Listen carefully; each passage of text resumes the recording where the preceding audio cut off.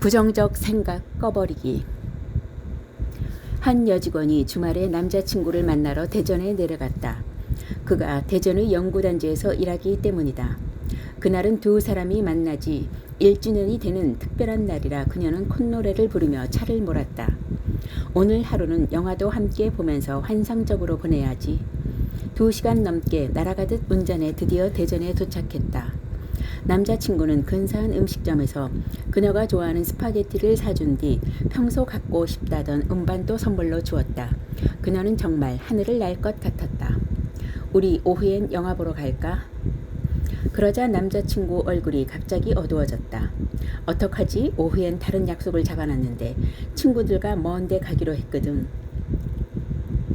그녀의 얼굴이 하얗게 굳어졌다. 이런 날 다른 약속을 잡아놨다고? 그녀는 휙 털어졌다. 더 이상 변명을 듣고 싶지 않았다. 세상에 이럴 수가. 대전까지 일부러 차를 몰고 찾아왔는데 이런 냉대를 당하다니. 그가 자신을 무시한다고 생각했다. 태도가 달라진 것 같다는 의심도 들었다. 그녀는 핸드백을 집어 들고는 벌떡 일어섰다. 당황한 남자친구는 멍한 눈으로 앉아 있었다.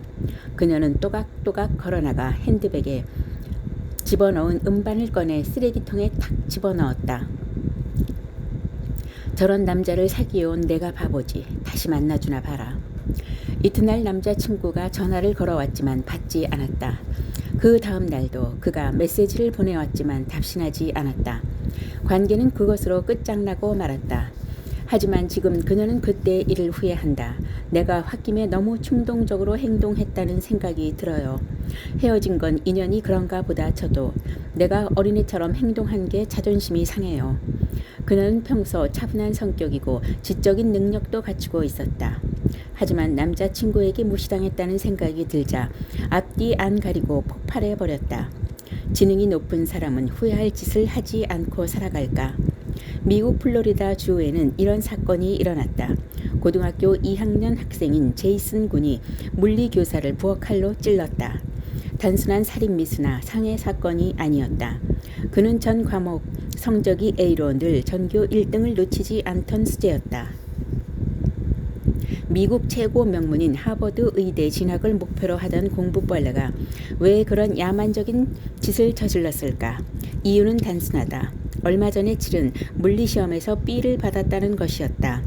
그는 점수를 보는 순간 분노가 폭발했다. 분노를 주체하지 못해 부엌칼을 가방에 숨긴 채 등교했다가 실험실에서 물리교사를 만났다. 선생님 점수를 A로 올려주실 수 없나요? 다른 과목은 모두 A인데 물리만 B거든요. 그렇게는 안 돼. 공정하게 채점한 점수야. 그럼 하버드 의대에 진학하려는 제 꿈은 물거품이 돼버려요. 그건 내 사정이고 점수를 그렇게 흥정해서 줄 수는 없어. 다른 학생들에게도 불공평하고. 대화 직후에 일어난 일에 대해서는 양측의 진술이 엇갈렸다. 분명한 건 잠시 후 제이슨 군이 부엌칼로 교사의 빗장뼈 부위를 찔렀다는 것이다. 그는 격투 끝에 교사에게 칼을 빼앗겼다.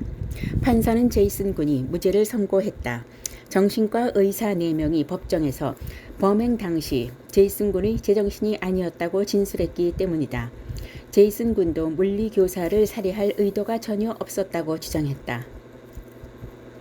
저는 선생님을 찌르기 위해 찾아간 건 아니었어요.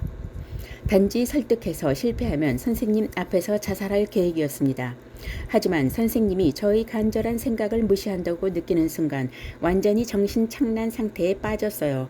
제가 선생님을 찔렀는지조차 기억나지 않는걸요.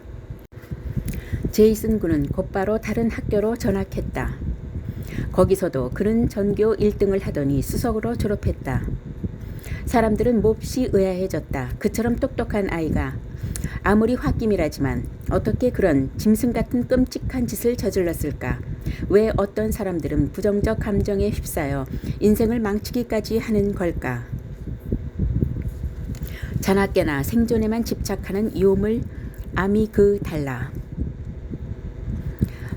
우리 두뇌 속의 모습이다. 양쪽 뇌의 빨간 부위가 바로 분노, 증오, 슬픔, 절망, 공포 등 모든 부정적 감정에 불을 땡기는 아미그달라 편도체이다. 아미그달라는 생존을 책임진 만큼 두뇌 한가운데의 변연계 가장 깊숙한 곳에 튼튼히 자리 잡고 있다. 엄지손가락만한 크기나 기능은 원시시대나 지금이나 변화가 없다. 그래서 생존의 위협이 닥치면 현대인도 원시인과 똑같이 폭발하고 증오하고 절망한다. 두뇌 과학자들이 원시적 두뇌라고 부르는 이유이다. 원시시대를 생각해보자. 나는 가족과 함께 칠흑같이 어두운 동굴 속에서 잠을 자고 있다. 부스럭 부스럭. 밖에서 부스럭 소리가 난다. 아미그달라가 순식간에 위험 신호를 켠다. 호랑이, 소름 끼치는 뱀, 혹은 돌도끼를 든 낯선 원시인. 부스럭 소리는 점점 가까워진다. 벌떡 일어나 가시나무 뭉둥이를 집어든다. 부스럭 소리가 동굴 입구에까지 이르렀다. 나는 방망이를 획 내리친다. 꽥꽥꽥. 꽥꽥거리는 소리를 따라가며 몽둥이를 마구 내리치고 휘두른다. 나의 생존을 위해서는 어쩔 수 없다. 무조건 내 생존부터 챙기지 않으면 나와 내 가족이 당할 수 있다. 이처럼 내 생존에 위협이 따르면 무조건 빨간불을 켜놓고 보는 위험경보 장치가 아미그달라다. 시카고 대학의 클링 박사가 아미그달라를 다친 원숭이 7마리를 야생지대에 놓아주었더니 7시간 만에 한 마리만 빼고 전부 맹수들에게 잡아먹혔다. 생존을 위해서는 부정적 감정이 필수적인 것이다. 뇌신경학자들에 따르면 사람은 하루 평균 2만 가지 상황을 겪게 된다고 한다. 아미그달라는 이 모든 상황을 늘 내 편 나와 적의 두 가지로 분류해 두뇌 전체에 전달한다. 철저하게 나의 생존이라는 시각으로 모든 상황을 분류한다. 아미그달라의 분류법. 6회. 생존의 위험이 없다고 판단하면 6회로 분류한다. 어떤 사람이 나를 인정해주고 칭찬해주고 높여주면 6회로 분류해 더 가까이 지내고 싶어 한다. 불쾌. 위험이 닥치면 불안하게 느껴지면 불쾌로 분류한다. 나를 무시하는 행위, 남이 내 생각대로 움직이지 않는 상황 등도 불쾌다.